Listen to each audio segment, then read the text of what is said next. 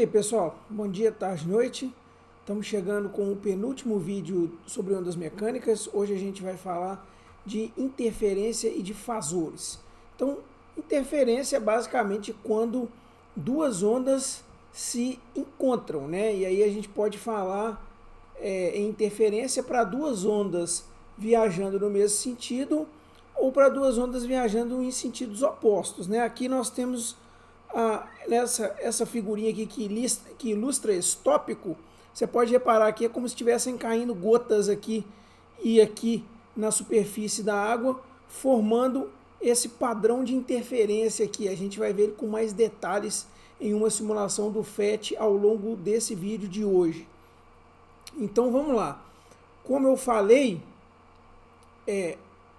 a combinação entre duas ondas viajando no mesmo meio vai receber o nome de interferência e vai ter como consequência alteração na amplitude dessas ondas. Beleza?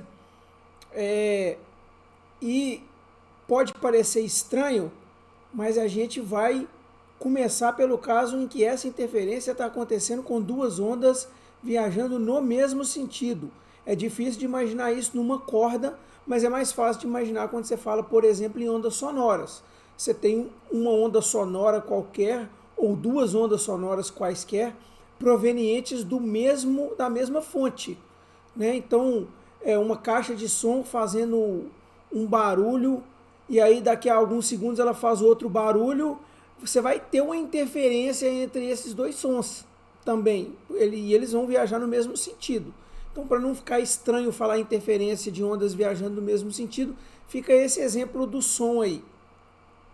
Mas vamos lá. Já falamos aqui desse segundo tópico, né?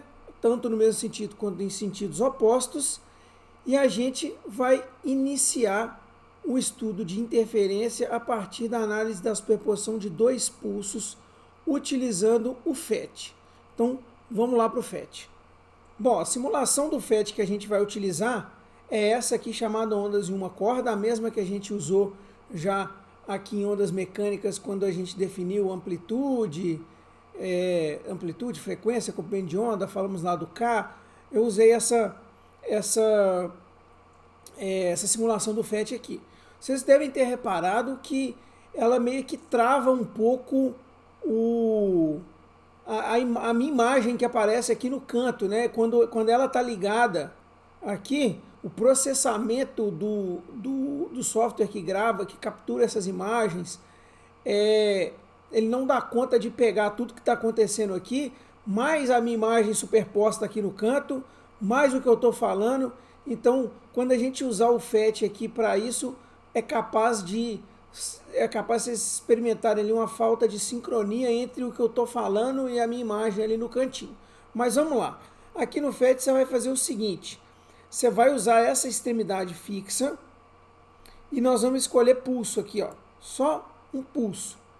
Eu gostaria de destacar o que acontece quando eu origino um pulso aqui e esse pulso encontra uma extremidade fixa. Nós vamos aproveitar para ver as diferenças em relação à extremidade móvel, tá bom? Então vamos lá, ó. O pulso encontra uma extremidade fixa, você vai ver que ele é refletido. Essas duas extremidades aqui agora estão fixas, vamos colocar ele mais lento aqui, ó.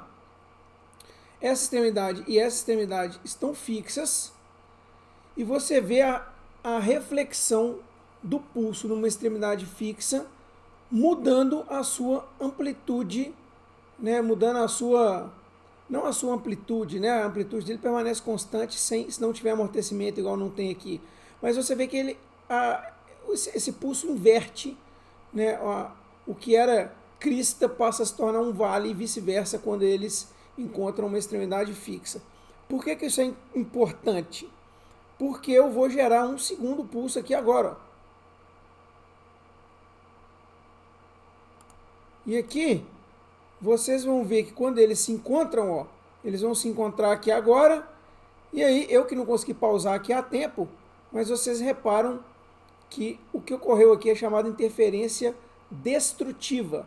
Então, um pulso que vinha para cima, encontrou um pulso que vinha para baixo e os dois se interferiram destrutivamente, ó. Então vamos esperar isso acontecer de novo aqui agora, ó. Ali a interferência destrutiva, sempre que os dois pulsos encontrarem, você pode observar a interferência destrutiva. Vai ter um instante de tempo em que a corda fica, ó, retinha, do jeito que ela estava antes de originar os pulsos. Vamos ver se a gente consegue parar aqui, ó. Aí, ó. Consegui dar um pause aqui exatamente na hora em que a corda está aproximadamente bem retinha, mostrando a interferência destrutiva. Vamos trocar agora para a extremidade solta. Então aqui, ó, seria melhor a gente reiniciar tudo aqui. Então, primeiro pulso, você vai ver que com a extremidade solta, ele é lançado de volta do mesmo jeitinho que ele veio. Ali com a amplitude dele para cima, vamos dizer assim. Quando ele encontra a extremidade fixa aqui, ele inverte de posição. Então tá bom. Então agora eu vou lançar o segundo pulso agora, ó. E agora eles estão encontrando, ó. Nesse instante de tempo aqui, eles encontraram, porque esse cara aqui refletiu o primeiro pulso, encontrou com o segundo, e aqui você tem a chamada interferência construtiva. Então, os dois pulsos se interferiram quando eles estavam para cima, né? Originou ali uma interferência construtiva. Com as ondas, isso vai ser muito mais complicado de analisar, né? Porque você vai ter múltiplas cristas e vales interferindo, a gente vai precisar das equações matemáticas e para isso, vamos lá de volta para a nossa apresentação. Voltando aqui para a nossa apresentação, vamos seguir com o nosso estudo de interferência. Então, o estudo matemático ele vai ser feito a partir do princípio da superposição de ondas, que é simplesmente, nós vamos pegar, ó, a nossa função de onda y de x e t, ela vai ser o somatório da primeira onda com a segunda onda. Então, você tem duas ondas viajando no mesmo sentido, elas vão interferir. E qual que vai ser a onda resultante? A onda resultante é o princípio da superposição, você vai simplesmente somar as duas funções de onda, os dois cossenos de ômega t mais kx menos ômega t. Então aqui, a diferença de fase entre as duas ondas vai determinar se a interferência vai ser construtiva ou destrutiva. Matematicamente, a primeira onda nós vamos representar sem ângulo de fase, pelo seno de kx menos ômega t. Tá? Poderíamos usar cosseno? Poderíamos usar cosseno, né? Você já deve ter reparado. O livro do Sears usa o cosseno, o livro do Halliday usa o seno. É tudo a mesma coisa, muda só o ângulo de fase aqui. Se você colocar o cosseno com ângulo de fase igual a π sobre 2, você chega no seno. Beleza? Então, você vai considerar que a onda y1, ela tem essa função de onda aqui. E as duas têm a mesma amplitude. Isso é importante. Para a gente desenvolver as equações que nós vamos desenvolver agora, nós vamos ser obrigados a considerar a mesma amplitude, porque nós vamos usar alguns artifícios matemáticos que só vão ser verdade para amplitude igual. Como que a gente faz para amplitude diferente? Nós vamos usar os fasores lá no final desse vídeo de hoje. Mas vamos então começar com amplitudes iguais ym, frequências e números de onda k devem ser os mesmos para isso também, e vamos colocar aqui um ângulo de fase, a onda y2 ela vai estar defasada da y1. Então, φ, que antes a gente chamava de ângulo de fase, ele vai marcar a diferença de fase, né? Que seria esse ângulo de fase menos esse ângulo de fase, que é zero.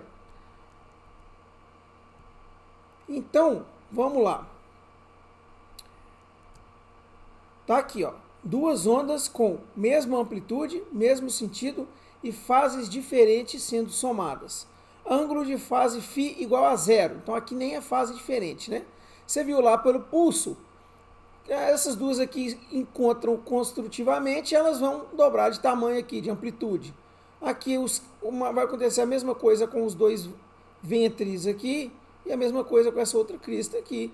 Então, essas duas ondas Y1 e Y2, quando φ igual a zero, elas se encontram numa interferência perfeitamente construtiva, né, uma interferência construtiva, e essa aqui vai ser Y' resultante. O que acontece se elas estiverem defasadas de π? Se o ângulo de fase for exatamente π. Se o ângulo de fase for exatamente π, você vai ter uma interferência 100% destrutiva. Essa crista de Y1 encontra exatamente com o ventre de Y2 e você acaba por ter, nesse instante de tempo aqui da propagação, uma linha, a corda ali, se fosse a corda no caso, né, ela não iria mexer, tá? Você teria aqui uma linha reta mostrando a interferência perfeitamente destrutiva, tudo bem?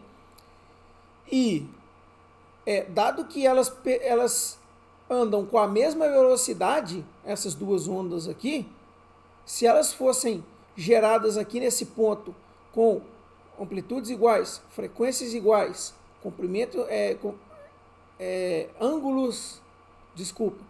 amplitudes iguais, frequências angulares iguais e números de onda iguais, elas iriam se interferir destrutivamente por toda a corda, e a corda ia ficar paradinha, né? Diz que é difícil imaginar isso numa corda, né? Realmente não é fácil, mas você tem aqui a interferência destrutiva. Bom, imaginar isso, é difícil imaginar isso numa corda, porque nós estamos falando que as duas ondas estão indo no mesmo sentido. Se elas fossem viajassem em sentidos opostos, seria super fácil de imaginar, só que isso aqui iria acontecer em um único instante de tempo. Para as duas ondas viajando no mesmo sentido, você tem isso aqui para todos os instantes de tempo.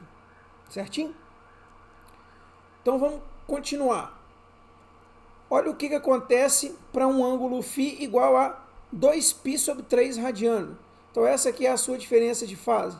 Você vai ter regiões com interferências um pouco construtivas, né, aliás, você não vai ter interferências, aquela interferência 100% construtiva aqui, mas não.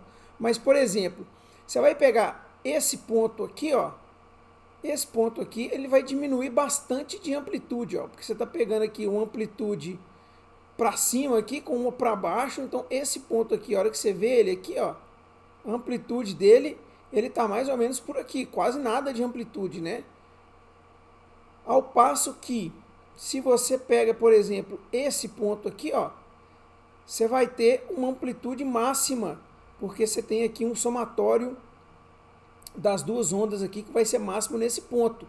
Nesse ponto e nesse ponto aqui, que também seriam candidatos, né, a ser um ponto de interferência construtiva, porque eles são máximos nessa onda vermelha aqui, eles estão encontrando na onda azul com um ponto de amplitude que está por lado de lá, né?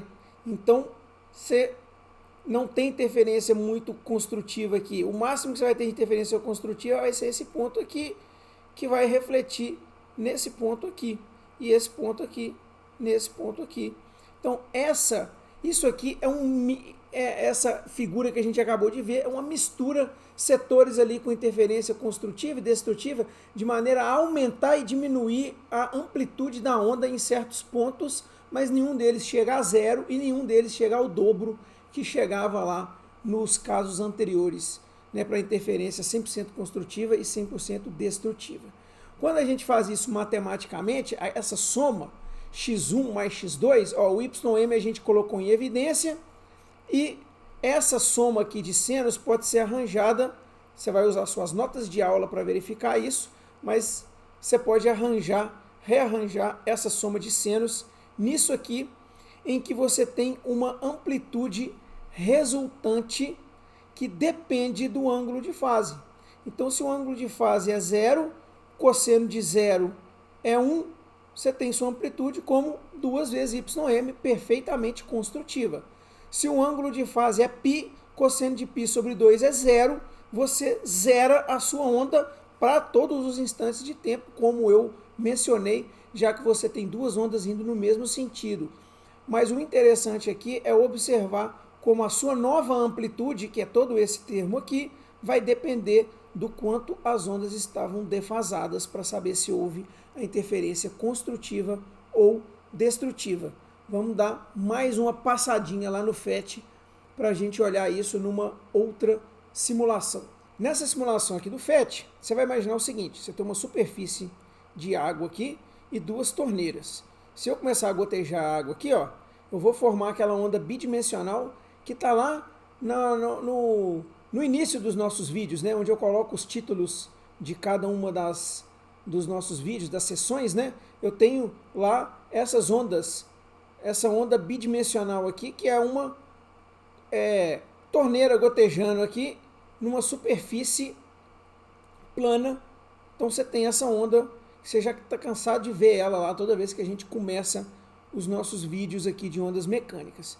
Se eu ligo uma segunda torneira aqui, vai começar a gotejar água na mesma frequência, formando uma onda bidimensional de mesma amplitude, e aqui você começa a ver claramente as regiões de interferência, né?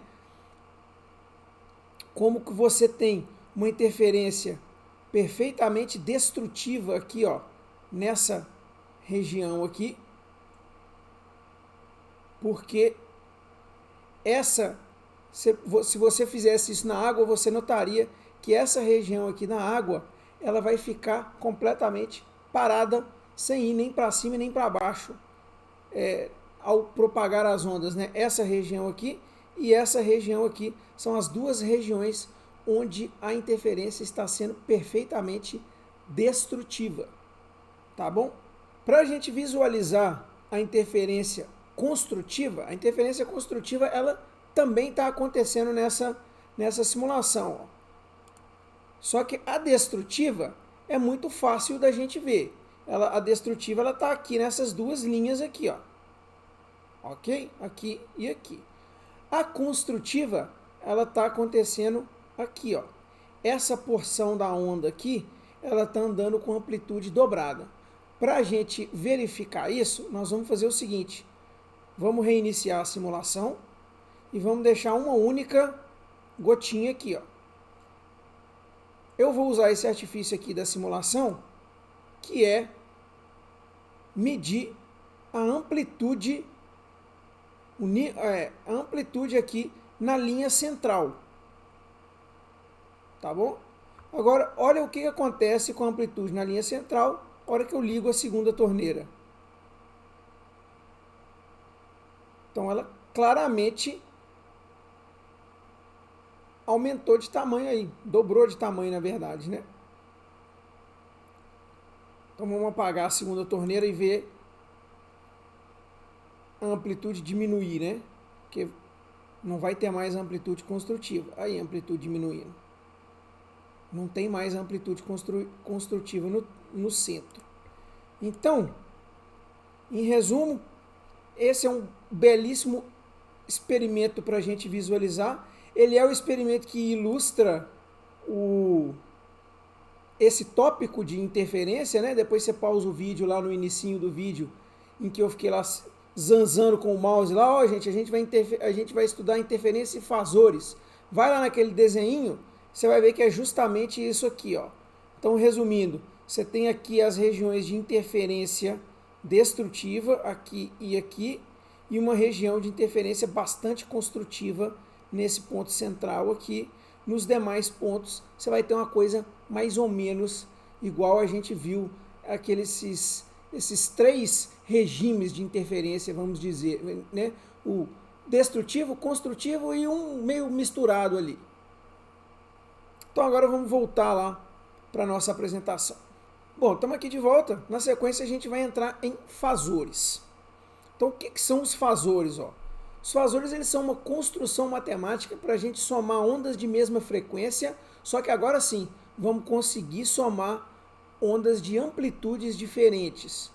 Então, tá aqui um gifzinho para você observar o que é um fasor, né? Você vê ali, você tem uma coisinha parecendo com um vetor girando em sentido anti-horário. O que é isso? Então vamos tirar o GIF agora e vamos colocar isso aqui, ó. Então aqui eu tenho um fasor, que é essa setinha representando a onda vermelha e essa outra setinha representando a onda azul. Cada setinha dessas é um fasor. Ah, mas é a mesma coisa com o vetor? É parecido. Só que o vetor ele tem lá componentes, ele representa uma grandeza vetorial. O fasor ele vai ter esse tipo de representação. Ele vai representar uma onda da seguinte maneira: o ângulo dele, com o que você conhece aqui como eixo X, representa o ponto em questão entre 0 e 2π. Qualquer coisa que varie de forma periódica, você pode colocar um dos ciclos dessa variação periódica entre 0 e 2π, igual esse gráfico fez aqui para o termo ômega-t lá da nossa onda, né? Isso aqui é como se fosse a foto da onda em um determinado instante de tempo. E aí, alfa é a posição, né? A posição que a onda está no ciclo que vai de 0 até 2π. Quão rápido, né, esses fasores irão dar uma volta aqui? Eles vão seguir a frequência angular ômega. Então o que são os fasores? Você vai desenhar setinhas aqui num plano em que elas giram em torno da origem desse plano com frequência angular ômega, e cada ângulo aqui, ó, alfa, por exemplo, ó, representa um determinado instante de tempo. Então aqui, ó, no instante de tempo alfa, esse vetor tá com ângulo alfa aqui. O que isso significa? Que a amplitude instantânea em alfa é a projeção desse vetor aqui no eixo y, tá aqui, ó, a amplitude instantânea, e a amplitude da onda é o módulo de alfa. Mesma coisa aqui para a onda azul. A amplitude da onda é o tamanho desse vetor aqui. E a amplitude e a posição instantânea do elemento que está aqui em alfa é a projeção aqui no eixo y. Então esse aqui é o fasor, né? A diferença aqui é justamente a diferença entre esse fasor e esse fasor aqui, do tamanho deles, é justamente a diferença entre esse ponto e esse ponto aqui em termos de amplitude. Então aqui nós temos dois fasores diferentes, tá? Nós não somamos ele ainda não. Isso aqui está só mostrando dois fasores diferentes. Como eles estão na mesma fase, né? Eles estão na mesma fase, repara que vão coincidir aqui, ó, esses pontos aqui da oscilação vão coincidir, né? O 0, π, 2π, tudo vai coincidir porque eles vão girando aqui com frequência angular ômega de maneira simultânea, um agarrado ali, um agarradinho aqui no outro. Então agora eu vou dar um outro exemplo. Esses aqui não estão mais em fase. Então, esse ângulo alfa aqui continua determinando a posição alfa em que você está analisando a sua onda azul aqui.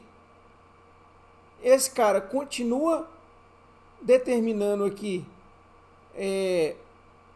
o módulo da amplitude máxima, e mesma coisa para o vermelho. Esse aqui continua determinando a amplitude máxima, né, o módulo dele aqui. E esse ângulo aqui, ó, entre os dois, agora determina a defasagem. Então, o ângulo que um está defasado do outro, que seria a distância entre esses dois caras aqui, ó, é o que a gente vai chamar de defasagem ou diferença de fase φ para os nossos cálculos agora de interferência. Então, φ é esse ângulo aqui agora, ó. certo? Esse ângulo interior aqui, ó, que vai mostrar a diferença de fase entre essas duas ondas. Quando elas estavam em fase, os dois pontos de máximo coincidiam. Agora a diferença entre os dois pontos de máximo é exatamente φ, que é o ângulo de fase aqui. Para trabalhar com os fasores do ponto de vista matemático, você vai fazer a mesma coisa, ó. Só que agora você pode sim somar amplitudes diferentes. Então, essa primeira onda vai ter amplitude YM1 e essa segunda onda vai ter amplitude YM2. Vocês viram que as amplitudes da onda azul e da onda vermelha, elas eram diferentes. Para fazer a soma, o resultado disso vai ser um Y', depois que você somou os dois, o resultado disso vai ser uma nova amplitude e um novo ângulo de fase. Então, a amplitude resultante e o ângulo de fase resultante para a nova onda. Como que a gente faz para visualizar isso? Vamos dar mais uma passadinha no FET. Bom, aqui eu estou em uma simulação do FET que é da matemática, de adição de vetores. Mas os vetores aqui eles vão funcionar como fasores, ó. Então eu vou pegar aqui um primeiro fasor. Ele vai representar uma onda de amplitude igual a 10 unidades aqui. Se cada quadradinho desse aqui for metros, então é 10 metros. Se for centímetros, igual a 10 centímetros. Vamos supor que cada quadradinho desse aqui é centímetros. Então você vai ter aqui uma primeira onda com amplitude máxima de 10 centímetros e ângulo de fase 0. Vou pegar aqui uma segunda onda. Tá aqui. Essa segunda onda vai ter amplitude máxima 21,2 e ela vai estar defasada de 45 graus da outra onda. Então, e aí esses dois vetores vão girar, mantendo fixo esse ângulo entre os dois aqui com frequência angular ômega em sentido anti-horário ao redor da origem aqui. Então esses são os fasores A e B. Qual vai ser a amplitude resultante se eu somar essas duas ondas, esses dois fasores que estão representando ondas? Vamos ativar aqui a soma. Ele fez aqui qual que vai ser a soma, e a soma é uma onda com amplitude de 29,2 e defasagem em relação a essa primeira onda de 31 graus. Então o beta deu 31 e o Y' deu 29,2 centímetros. 31 graus, 29,2 centímetros. Esse seria o Y' e esse seria o beta. Você faz uma soma igual você está acostumado a fazer soma de vetor, só que você vai respeitar esse ângulo φ entre os dois aqui.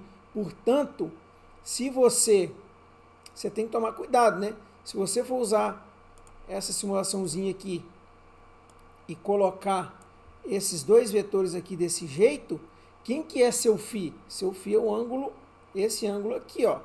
Então você não consegue visualizar a φ, né? Você tem que fazer esse ângulo aqui que é 76, menos esse aqui que é 45, e aí vai ser 29, né? Esse ângulo φ aqui, tá? 76 menos 45, que é 29? Mentira, 31. 31, tô bem de soma, né? 76 menos 45, 31. Tá bom? Então você teria aqui 31 graus de φ, caso seus fasores A e B fossem esses dois aqui. Tá bom? Para finalizar, então, vamos voltar lá para a nossa apresentação. Bom, então para finalizar, coloquei aqui uma figurinha do livro, ó. A onda 2 é esse vetor aqui, a onda 1 é esse vetor aqui, e a onda 2 está retardada de φ radianos. Aqui, ó, a onda 2 está atrasada de φ, né? A gente vê que ela está atrasada porque o livro do Halliday coloca o ômega aqui em sentido horário. Tem livros que definem o ômega como sentido horário, tem livro que define como sentido anti-horário. Se você usasse o anti-horário que eu defini lá naquela primeira figurinha, para você falar que a onda 2 está retardada de φ radianos, você tinha que colocar o ângulo φ aqui para baixo, né? Mas é a única alteração que vai ter entre quem define ômega no sentido anti-horário e quem define ômega no sentido horário. Eu falei anti-horário lá no início porque esse movimento de rotação, normalmente o movimento que é considerado positivo de rotação na física, você deve ter visto isso lá na física 1, né, para definir o vetor frequência angular, lá na física 1, você usa o sentido anti-horário como sendo positivo. Então, normalmente definir